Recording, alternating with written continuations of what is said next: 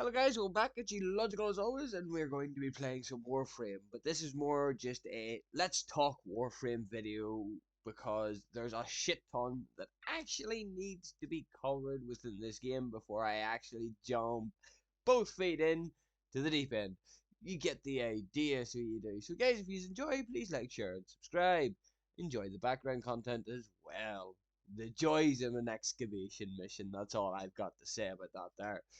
But I wanted to just sort of boil things down to a base premise because I wanted to start off as a talking point. So whenever I actually did start making Warframe content, that we understood where we were going with this. Now, obviously, a lot of people would actually get overwhelmed the second that they start because there is actually an absurd amount of content within Warframe itself.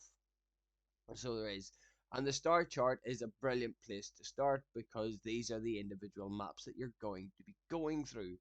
And there's a lot of planets. But it's not just the amount of planets that you have, there is also specific things related to each planet, like resources and materials that you will use for something later on. And this is the big thing that I wanted to bring up. Because within these worlds there are also three exceptionally big open worlds that need to be taken into consideration as well. That there being the Plains of Eidolon, and Cetus, or Valus and Fortuna, as well as the Necrolisk and the Cambion Drift. So these are three massive open worlds. So they are, and then not to mention we also have the Railjack areas as well, the Railjack Proximas as well. So now that we've covered where we're going to be going, what we're going to be doing, how and what are we going to be using to go through these areas now is now the question. Well, that's actually a simple answer and an exceptionally complicated answer at the exact same time. Because straight up baseline, we have the key component to everything, the warframes. So we do. And there is a truly ridiculous amount of Warframes within this game, but it's not just that there. In terms of combinations between the regular Warframe itself, as well as the Prime form, there is endless combinations that you can run with, but not just that there. Each frame has its own reason for existing, we'll say. AKA, some are good for defensive missions, some are good for survival missions, and for a fantastic fact, some of them are good for excavation missions. And these are all things that I'm going to be covering. What frames are going to be your worthwhile grab? Now, the question is what weapons are they going to bring with them? Guys, the amount of weapons in this game is truly ridiculous. So it is, and I mean truly ridiculous. There is a sheer immense amount of weapons that are all pseudo unique in their own way. So they are. They all mod differently. They all act differently. So they do. The weapons in this game are truly ridiculous. So they are. Now, there are slightly more complicated aspects to the game, that being the likes of your tree school. Aha, yes, the void schools. I think that's what they're called. I'm not 100% sure. Don't shoot me on this one. My brain's not exactly 100% working this morning, so please let me have this one. But yes, they add another complexity to the game, so they do. But they're not the only thing that adds more complexity, so they are not, because of the you also have companions. Jesus Christ. Companions add another level of complexity to the game, as well as your gear slots. As you can see, I've got a couple of things equipped, simply because you have your Archwing as well. Your Archwing is mostly only used for the open worlds, but as you did see there, we also have heavy weapons as well as Necromechs. Necromechs can only be used in certain missions, but they can be used in the open world. So it adds another layer of complexity to the game and the way that the game plays. The absolute joys.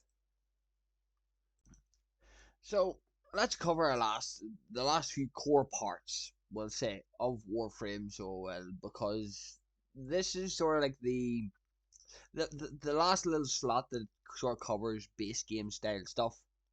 The first one being obviously is going to be the crafting.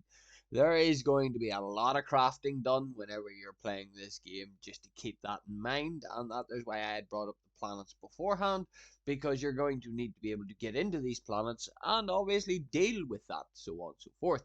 You know what I mean? Like, you need access to these planets to get the materials to craft. After that, there of course you have the modding. Every warframe, everything gets modded. Your companions, your weapons, your warframes, your necromax, your railjack, all of it. All of it has mods included, so it does. So modding is also a very core part of the game. And then finally we have the syndicates. So we do the syndicates are like a happy-go-lucky bonus to your questing. So it is, because it's you accumulate you accumulate points for them passively. So you just do your quest, and as long as you're pledged to one of them, you get rewards. It's as simple as that there.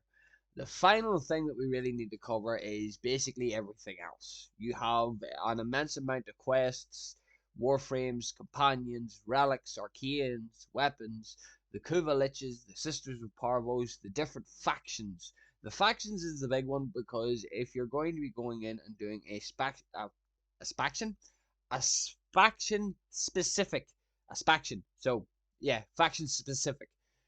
If you're going to, Jesus Christ, um, if you're going to be doing a faction specific mission, you're going to be making sure that you're going in with the strongest weapon possible, or the strongest mods possible, so that you're not caught off guard, because obviously armor tends to scale exceptionally well, which is an overwhelming nuisance. And then you also have the corpus shields, which also can get to ridiculous values.